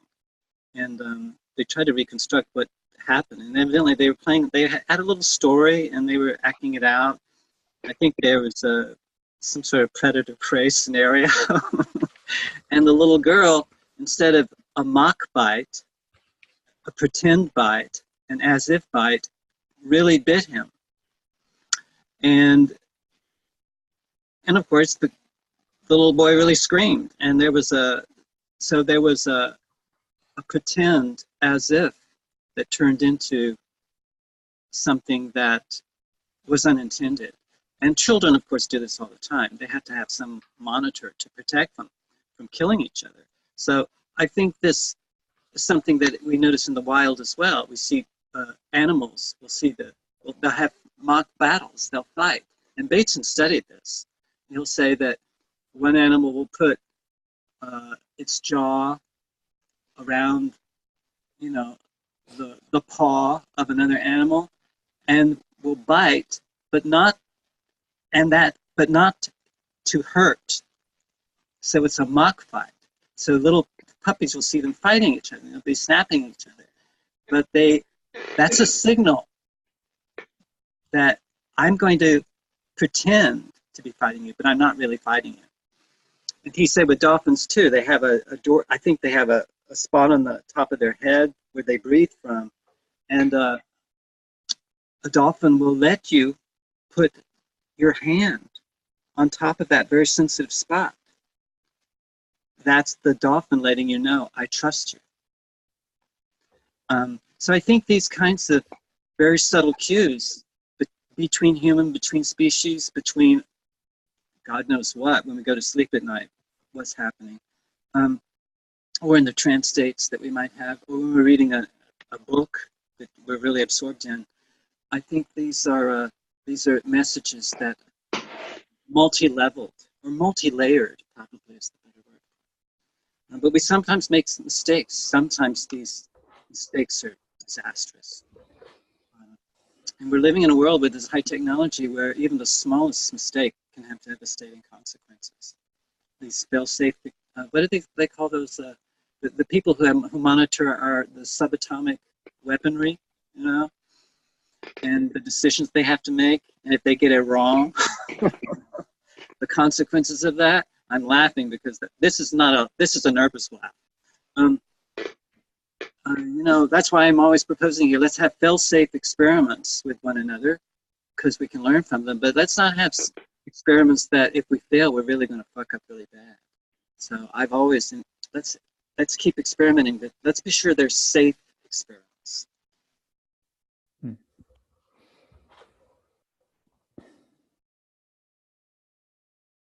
So I do need to go, but I wanted to let the conversation continue on, and maybe as this experiment that is the Café flows into 2019, I think everyone was here but Jeffrey, but we stated that we want to make Thursday night or perhaps Friday morning, I'll be the one to facilitate the following week. So based on what we've talked about here, do we have an idea of what we'd like to talk about? If not, we can post it to one of the threads. Previously, I had stated that the ending of time, or the psychological, I can't remember the title right now, but the Bohm Krishnamurti dialogue on ending it from the book of compiled dialogues, The Ending of Time. Like, do we want to go with that? We could do anything we really want to. We can scratch that. I mentioned Bohm's On Dialogue seems to be somewhat fitting, and that might flow into having a not better conversation, but a more civil conversation. I'm not thinking that the one with Mark's book, Election 2016, just based on past conversations and political views on the site, it seems like it's everyone against Mark to a certain extent within that view. The entire world, it feels right, right. But you'll still come out on top somehow. Like.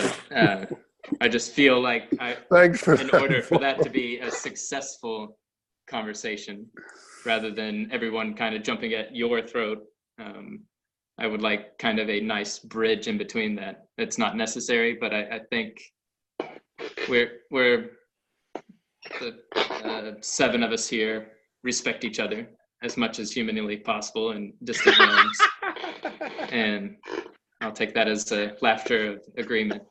And yeah, definitely it's an agreement.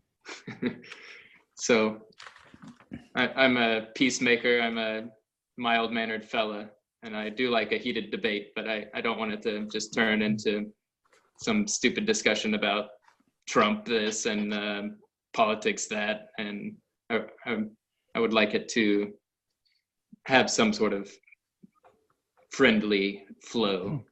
I think it's focused on anger and unintended consequences. And that's a good topic, Mark. That's a good topic. I think so. Because at the end of the book, I think it's at the end of the book, in his ending, he makes the case, and speaking to the error, that if we focus too much on technique and method and don't realize communication, a lot of communication is about faith and risk.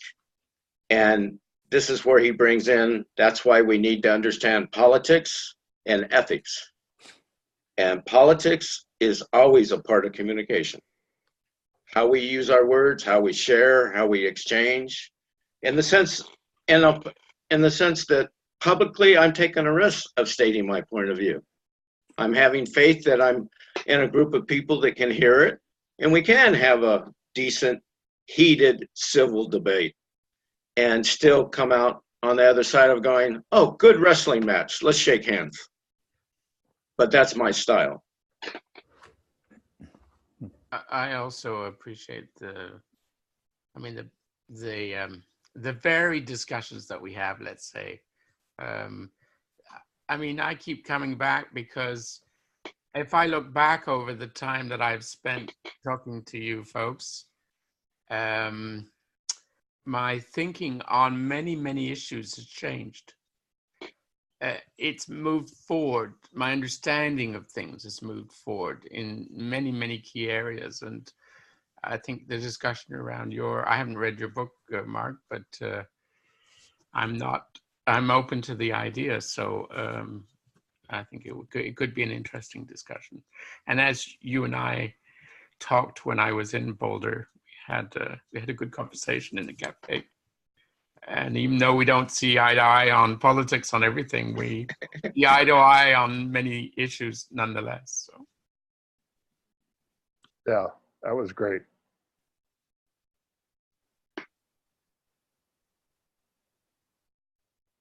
What are you thinking, Ed?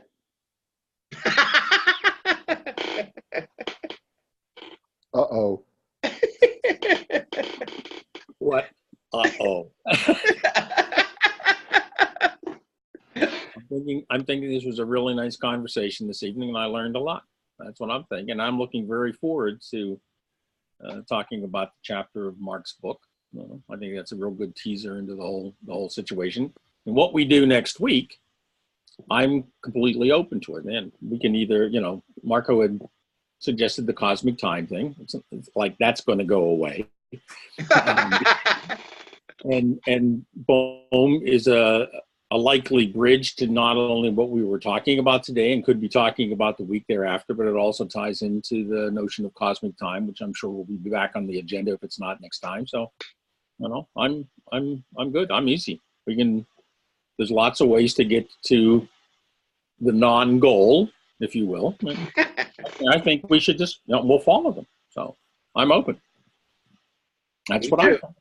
Me too. I just want to show up and embrace what happens. Sounds good. Yep. We come to the end of our session. Sounds like a good place to end. Mark. So we can continue the conversation on the thread. Yeah, I had fun. Glad I could actually participate and not drive around in a car listening. So I hope to have more of this face-to-face contact here. Awesome, Doug. Cool. Thank you, everybody. Thank you, Doug. Thank you. Thanks a lot. See you guys. Those of you on the banking discussion, I'll see you Thursday. Looking forward to it. Is it this Thursday, the base? Yeah, this Thursday, Okay, I'll be there. 10:30, I think, our time, John. Great. Looking forward to it. Take care, guys. Bye. See you around campus. I know. See y'all.